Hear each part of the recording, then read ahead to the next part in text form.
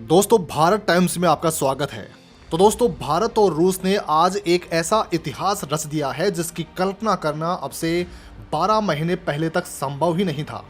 ऐसा इसलिए क्योंकि इस इतिहास को रचने की जो टाइमलाइन थी वो 2030 तय की गई थी कि 2030 तक हम यहाँ पर पहुँच जाएंगे।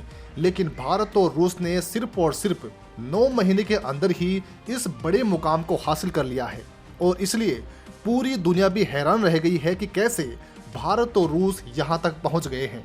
और सबसे बड़ी खास बात, इसी हिस्टोरिक माइलस्टोन की घोषणा खुद रूस के राष्ट्रपति व्लादिमीर पुतिन ने करी है। इससे आप अंदाज़ा लगाइए कि यह रूस के लिए कितना मायने रखता है और भारत के लिए भी। लेकिन ये कौन सा इतिहास भारत ने रचा है और क्यों इसे भारत रूस संबंधों के लिए संजीवनी बूटी कहा जा रहा है, दोनों ही चीज़ें हम आपको विस्तार से बताने वाले हैं। तो वीडियो शुरू करते हैं और इस मामले को विस्तार से जानते हैं। तो दोस्तों, इस पूरे मामले की शुरुआत होती है अब से कुछ ही साल पहले, जब रूस के राष्ट्रपति व्लादिमीर पुतिन भारत के दौरे पर आए थे। उस समय उन्होंने ऐलान किया था कि भारत और रूस का व्यापार बहुत अच्छी तरीके से ग्रोथ कर रहा है, बहुत तेज़ी से बढ़ रहा है और हम दोनों देशों ने कई सारे एग्रीमेंट साइन किए हैं जिसकी मदद से भारत और रूस का व्यापार 2030 तक बहुत तेज़ी के साथ बढ़ेगा, लगभग डबल हो जाएगा और ये 50 बिलियन के पार होगा।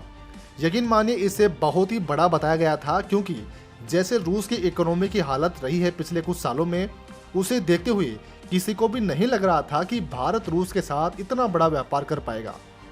क्योंकि 50 बिलियन डॉलर बहुत ज़्यादा बड़ा आंकड़ा है और ऐसा हम इसलिए कह रहे हैं क्योंकि अब से सिर्फ 2 साल पहले तक भारत और रूस का व्यापार मात्र 10 से लेकर 12 बिलियन डॉलर के बीच में ही जूझ रहा था। ऐसे में व्लादिमीर पुतिन बात कर रहे थे 5 गुना व्यापार अधिक होने की, यानी कि 10 सालों में भारत रूस का व्यापार 5 गुना हो। और इसलिए इस आंकड़े को थोड़ा एम्बिशियस बताया गया था कि शायद भारत और रूस का व्यापार वहां तक ना पहुंचे, लेकिन 40-45 बिलियन तक शायद पहुंच भी जाए। लेकिन दोस्तों, आज जो हुआ है वो किसी चमत्कार से कम नहीं है। दरअसल हाल ही में रूस के राष्ट्रपति व्लादिमीर पुतिन ने एक प्रेस कॉन्फ्रेंस के दौरान पीएम मोदी की खूब तारीफ की और उसी में एक आंकड़ा ये भी बताया कि हम दोनों ही देशों का व्यापार इसी साल जनवरी से लेकर सितंबर के बीच में, यानी कि शुरुआती 9 महीनों में ही व्यापार 50 बिलियन पहुंच चुका है। एग्जैक्ट आंकड़ा है 48.8 बिलियन डॉलर और ये आंकड़ा इससे बहुत अधिक ऊपर जाने वाला है क्योंकि सितंबर महीने के बाद फिर आया अक्टूबर नवंबर। इन 2 महीनों में भारत ने कोयला भी इंपोर्ट शुरू किया है रूस से, वो भी अरबों डॉलर का। इसके अलावा पूरा का पूरा दिसंबर महीना अभी भी बाकी है, इसमें भी भारत जो अपनी स्टील इंडस्ट्री के लिए कोकिंग कोल है उसे भारी मात्रा में रूस से खरीदना है।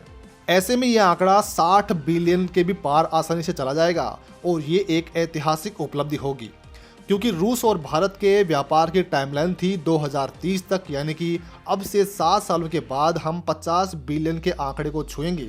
लेकिन सिर्फ इसी साल के 9 महीनों में ही हम इस आंकड़े के पास पहुंच गए हैं और आने वाले बाकी के 3 महीनों का जब इसमें डेटा जुड़ेगा तो ये 60 बिलियन डॉलर के पार होगा।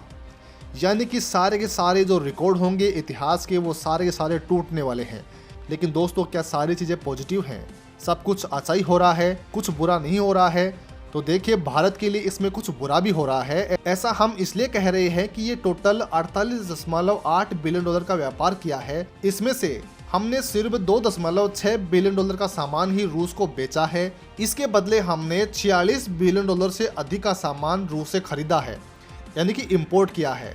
यानी कि भारत को रूस के साथ व्यापार करते हुए लगभग 43.5 बिलियन डॉलर का लॉस हो रहा है, जो बहुत बड़ा है। और इस वजह से भारत का जो ओवरऑल व्यापार घाटा है वो बहुत तेज़ी के साथ बढ़ता जा रहा है और भारत को इसे कम करना ही होगा। और ये सिर्फ एक ही तरीके से कम हो सकता है कि जब भारत रूस को और अधिक सामान एक्सपोर्ट करे और अधिक सामान रूस को बेचे।